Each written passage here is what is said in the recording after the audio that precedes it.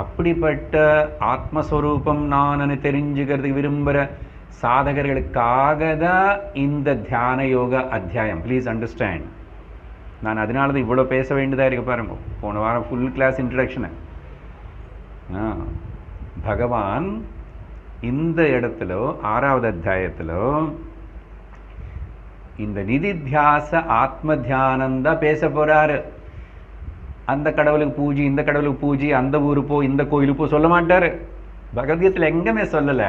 அதனால் உங்களுக்கு கிருஷ்ண மேல கோபம் வந்தால் கூட வரலாம். நீங்கள் பார்ட்டி மாற்றிட்டா கூட மாற்றிக்குங்க. பகவான் won't care, Guru won't care. go. படு மன்னமே படு. அதனால இதையும் கிளியராக இருக்கணும். அதனால டாபிக் அப்படி இருக்கும். சரி.